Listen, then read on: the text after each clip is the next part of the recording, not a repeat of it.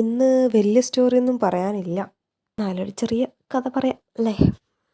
അപ്പോൾ ഇന്ന് നമുക്ക് 4 ഓർഡേഴ്സായിരുന്നു ഉണ്ടായിരുന്നത്. അത് 4 നമ്മൾ ക്രം കോട്ട് അടിച്ച് സെറ്റാക്കി വെച്ചിട്ടുണ്ടായിരുന്നു.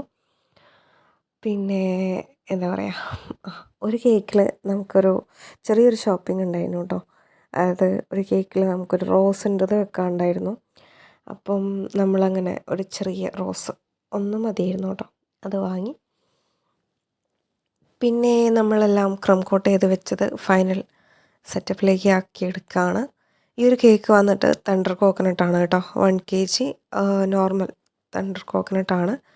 അതിൽ നമ്മളൊരു ചെറിയൊരു ഡിസൈൻ വെച്ച് കാച്ചിയതാണ് കേട്ടോ. ഇതിൻ്റെ ഫ്രണ്ടിന് വേണ്ടിയിട്ടായിരുന്നു കേട്ടോ.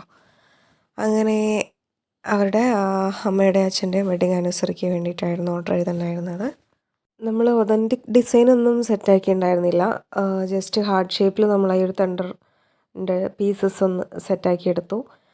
ദെൻ ഈ ഒരു ടോപ്പറിൻ്റെ സൈഡിലും പിന്നെ കുറച്ച് ചോക്ലേറ്റും കൂടെ ഒന്ന് ജസ്റ്റ് ചെയ്തിട്ട് കുറച്ച് സ്ട്രോബെറിയും കൂടെ ഒന്ന് ആഡ് ചെയ്തിട്ട് അതിൻ്റെ ഫൈനൽ ലുക്ക് സെറ്റാക്കി എടുത്തു കേട്ടോ.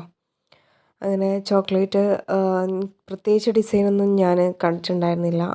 അപ്പം ഉള്ളൊരു കാര്യങ്ങളൊക്കെ വെച്ചിട്ടൊന്ന് സെറ്റാക്കി എടുത്തായിരുന്നു കേട്ടോ. അവരും പ്രത്യേകിച്ച് ഡിസൈൻസ് ഒന്നും പറഞ്ഞിട്ടുണ്ടായിരുന്നില്ല. പിന്നെ കുറച്ചൊരു ഗോൾഡൻ ഫ്ലേക്സും കൂടെ വെച്ചിട്ട് സെറ്റാക്കി എടുത്തു. ഇത് വന്നിട്ട് ഒരു 1 kg ടോളാക്കി ചെയ്തൊരു കിക്കാറ്റ് കേക്കായിരുന്നു കേട്ടോ.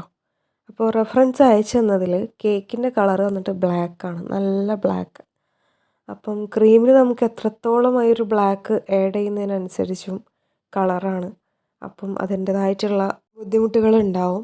അതുകൊണ്ട് ഇത് ഹസ്ബൻഡ് വൈഫിന് വേണ്ടി ഓർഡർ ചെയ്ത കേക്കായിരുന്നു കേട്ടോ. അപ്പോൾ എന്താ പറയുക, അപ്പോൾ ഓവർ കളർ വേണ്ടാന്ന് പറഞ്ഞു. അങ്ങനെ നമ്മൾ ആദ്യം കളറൊക്കെ ചെയ്ത് സെറ്റാക്കി വെച്ചിട്ടുണ്ടായിരുന്നു. അപ്പോൾ കളർ ഇങ്ങനെയാണ് വരുന്നത് എന്ന് കാണിക്കാൻ വേണ്ടിയിട്ട് കസ്റ്റമർക്ക് അയച്ചു കൊടുത്തു. ദെൻ അവർ പറഞ്ഞു കളർ ഓവർ വേണ്ടാന്ന്. അങ്ങനെ നമ്മൾ ആ ക്രീമെല്ലാം മാറ്റി ദെൻ കേക്കിലേക്ക് പിന്നെ ചോക്ലേറ്റ് തന്നെ ഡ്രിപ്പ് ചെയ്ത് ഫുള്ള് ഡ്രിപ്പാക്കി എടുത്തു. ദെൻ ആ ഒരു എന്താ പറയുക, റെഫറൻസിലുള്ള പോലെ തന്നെ ഔട്ടർ നമ്മൾ അതേപോലെ സെറ്റ് ചെയ്തെടുത്തു കേട്ടോ. അതിൽ റൈറ്റിങ് ഗോൾഡനിലായിരുന്നു, പക്ഷെ അത് നമുക്ക് സെറ്റാക്കാൻ പറ്റിയിട്ടുണ്ടായിരുന്നില്ല. നമ്മൾ റൈറ്റിങ് വൈറ്റിലായിട്ട് കൊടുത്തു കേട്ടോ.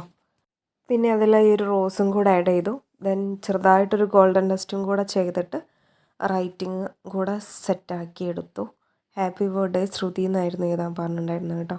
അങ്ങനെ നമ്മൾ അതും സെറ്റാക്കി എടുത്തു.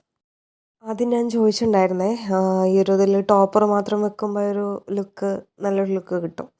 അപ്പോൾ ആൾ പറഞ്ഞു വേണ്ട, എന്തായാലും റൈറ്റിങ് വേണമെന്ന് പറഞ്ഞു. അങ്ങനെ നമ്മൾ എഴുതി വന്നപ്പം ശ്രുതീൻ്റെ എസ് നമുക്ക് പണി തന്നു. അങ്ങനെ നൈസായിട്ട് അതൊന്ന് ചേഞ്ച് ചെയ്തെടുത്തു. അങ്ങനെ അതിൻ്റെ ലുക്കും കംപ്ലീറ്റ് ചെയ്തെടുത്തു കേട്ടോ. ഇനി നമുക്ക് അടുത്തൊരു കേക്ക്. ഈ ഒരു കേക്ക് വന്നിട്ട് 1/2 kg ചോക്ലേറ്റ് ട്രഫിളാണ് കേട്ടോ. അപ്പോൾ അതിൻ്റെ ഷേപ്പ് കണ്ടിട്ടൊന്നും വിചാരിക്കേണ്ട, ഇതിൽ നമ്മൾ ക്രീം യൂസ് ചെയ്തിട്ടുണ്ടായിരുന്നില്ല.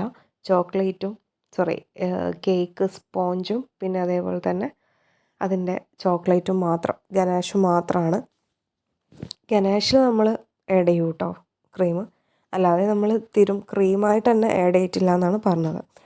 അപ്പം ഹാഫ് ആയതുകൊണ്ട് തന്നെ എന്താ പറയുക, നമ്മൾ ഈ ബ്ലാക്ക് ഫോറസ്റ്റിൻ്റെ സ്പഞ്ചൊക്കെ വെച്ചിട്ടുണ്ടെങ്കിൽ അത്ര നല്ല ഹൈറ്റിൽ, മീൻസ് വൈറ്റിൻ്റെ ആ ഒരു ഹൈറ്റിൽ എനിക്ക് കിട്ടാറില്ല. നിങ്ങൾക്ക് കിട്ടുന്നുണ്ടെങ്കിൽ ബേക്കറായിട്ടുള്ള ആൾക്കാർ ഒന്ന് ജസ്റ്റ് കമൻറ്റ് ചെയ്യുക കേട്ടോ.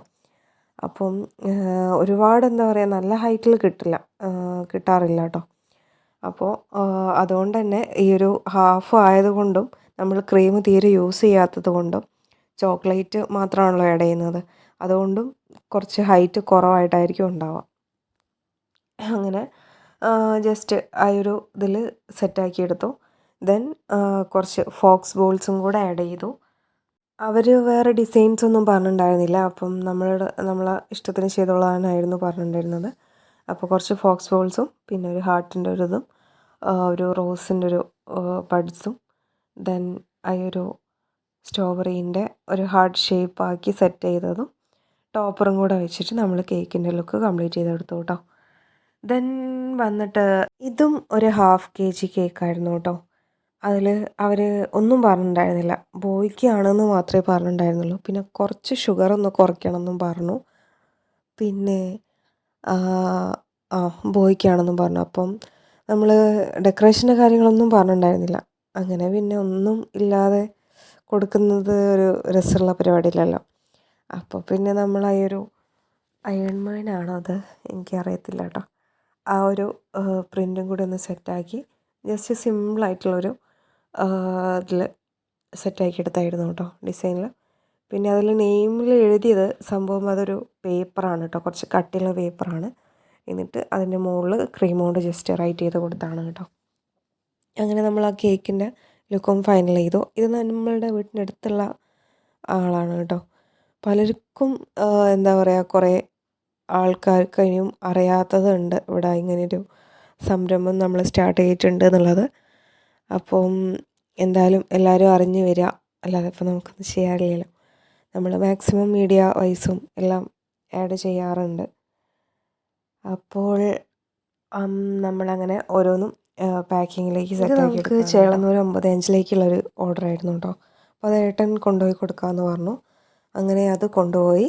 ദെൻ ബാക്കിയുള്ളത് അവർ വന്ന് എടുത്തതായിരുന്നു കേട്ടോ. എല്ലാവരും വന്ന് എടുത്തതായിരുന്നു. അപ്പോൾ ഇതൊക്കെയായിരുന്നു ഇന്നത്തെ കഥകൾ. ഏറ്റവും ഇഷ്ടമായിട്ടുള്ള കേക്ക് ഒന്ന് മെൻഷൻ ചെയ്യുക. സബ്സ്ക്രൈബ് ചെയ്യാത്തവരൊക്കെ ഇനിയുണ്ടെങ്കിൽ ഒന്ന് കയറി സബ്സ്ക്രൈബ് ചെയ്ത് സപ്പോർട്ട് ചെയ്യുക കേട്ടോ. അപ്പോൾ അടുത്ത വീഡിയോ ആയിട്ട് നമുക്ക് അടുത്ത ഡേ കാണാം. Okay, by.